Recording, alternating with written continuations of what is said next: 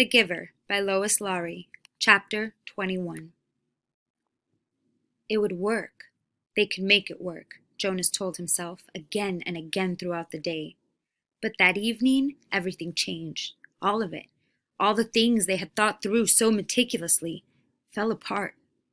That night, Jonas was forced to flee. He left the dwelling shortly after the sky became dark and the community still. It was terribly dangerous because some of the work crews were still about, but he moved stealthily and silently, staying in the shadows, making his way past the darkened dwellings and the empty central plaza toward the river. Beyond the plaza, he could see the house of the old, with the annex behind it, outlined against the sky. But he could not stop there. There was no time. Every minute counted now, and every minute must take him farther from the community. Now he was on the bridge, hunched over on the bicycle, pedaling steadily. He could see the dark, churning water fought below.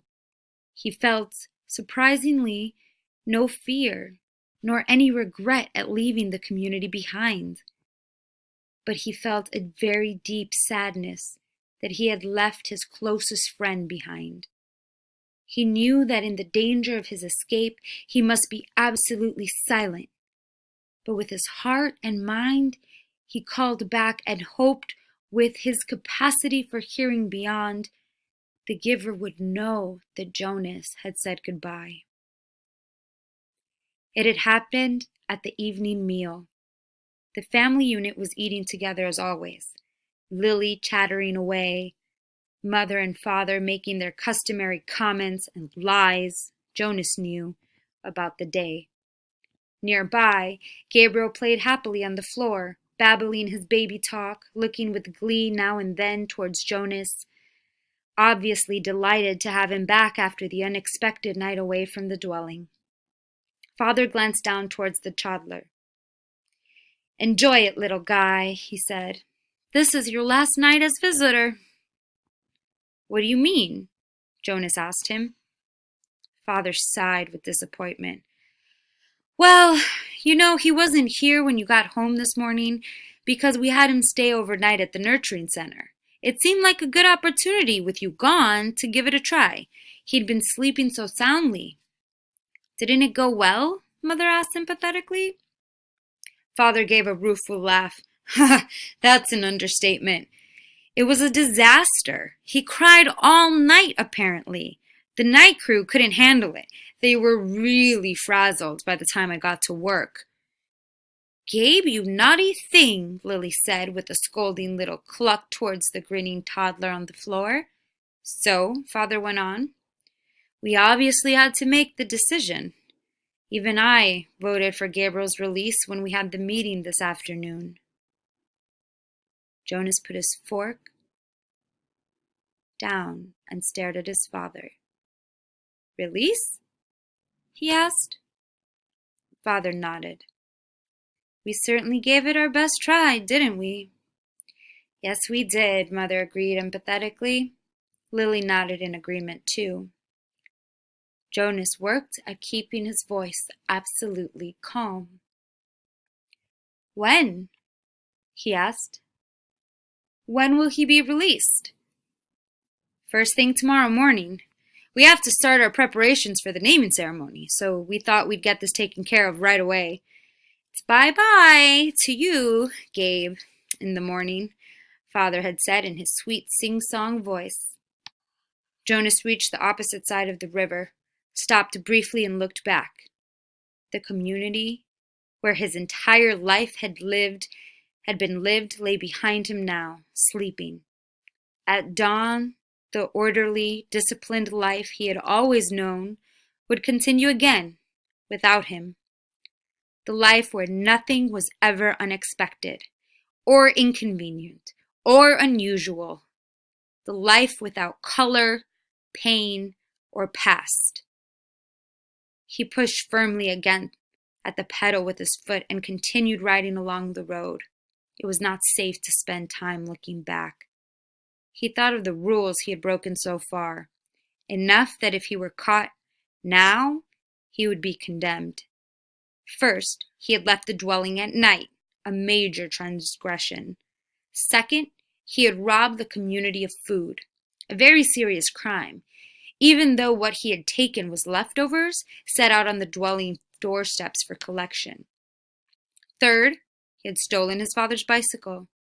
He had hesitated for a moment, standing beside the bike port in the darkness, not wanting anything of his father's, and uncertain as well whether he could comfortably ride the larger bike when he was so accustomed to his own.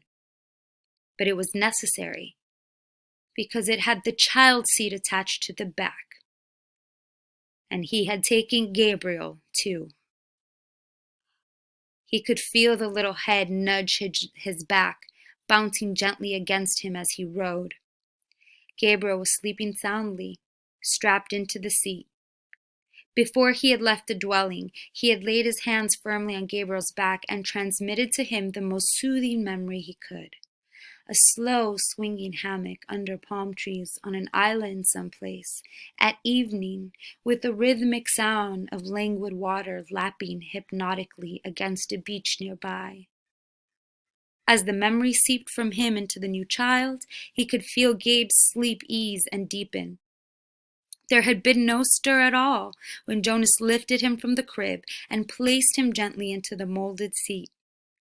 He knew that he had the remaining hours of night before they would be aware of his escape, so he rode hard, steadily, willing himself not to tire as the minutes and the miles passed.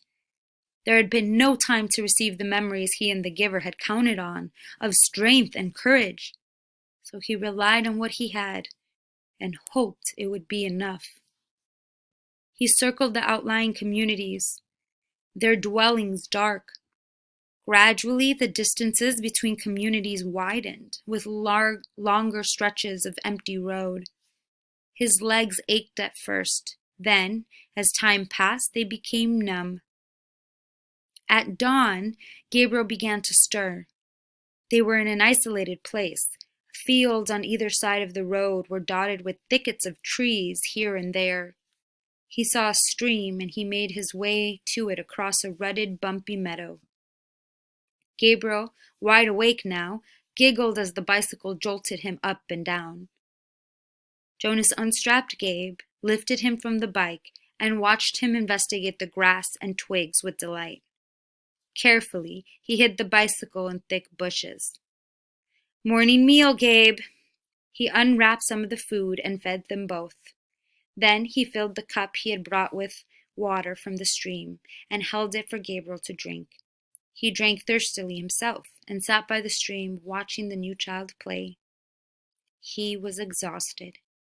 He knew he must sleep, resting his own muscles and preparing himself for more hours on the bicycle. It would not be safe to travel in daylight. They would be looking for him soon. He found a place deeply hidden in the trees, took the new child there, and lay down holding Gabriel in his arms. Gabe struggled cheerfully, as if it were a wrestling game, the kind they played back in the dwelling with tickles and laughter. "Sorry, Gabe," Jonas told him. "I know it's morning, and I know you just woke up, but we have to sleep now."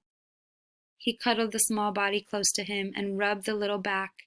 He murmured to Gabriel soothingly. Then he pressed his hands firmly and transmitted a memory of deep, contented exhaustion. Gabriel's head nodded after a moment and fell against Jonas's chest. Together, the fugitives slept through the first dangerous day. The most terrifying thing was the plains. By now, days had passed. Jonas no longer knew how many. The journey had become automatic. The sleep by days, hidden in underbush and trees, the finding of water, the careful division of scraps of food, augmented by what he could find in the fields, and the endless miles on the bicycle by night. His leg muscles were taut now.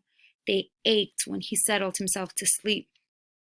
But they were stronger, and he stopped now less often to rest.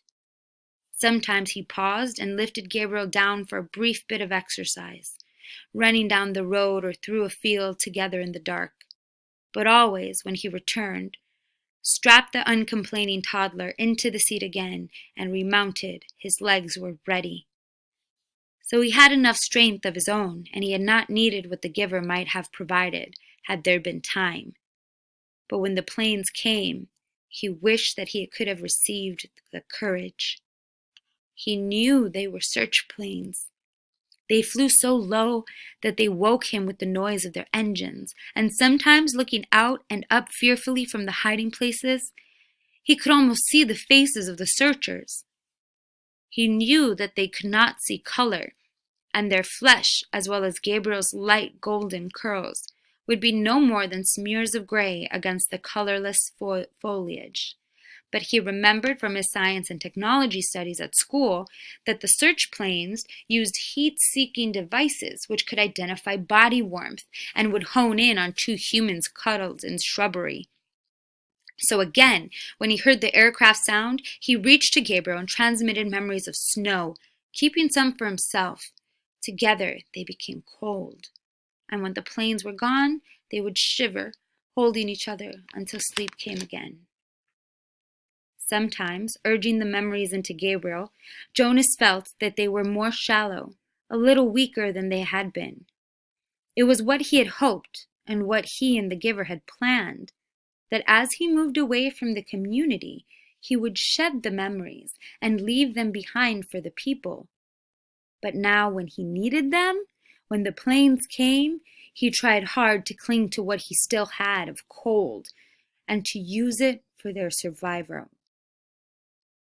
Usually, the aircraft came by day when they were hiding.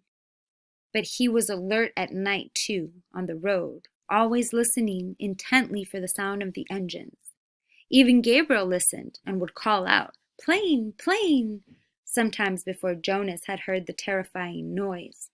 When the aircraft searchers came, as they did occasionally during the night as they rode, Jonas sped to the nearest tree or bush, dropped to the ground, and made himself and Gabriel cold. But it was sometimes a frighteningly close call. As he pedaled through the nights, through isolated landscape now, with the communities far behind and no sign of human habitation around him or ahead, he was constantly vigilant, looking for the next nearest hiding place, should the sound of engines come. But the frequency of the planes diminished. They came less often, and flew, when they did come, less slowly, as if the search had become haphazard and no longer hopeful. Finally, there was an entire day and night when they did not come at all.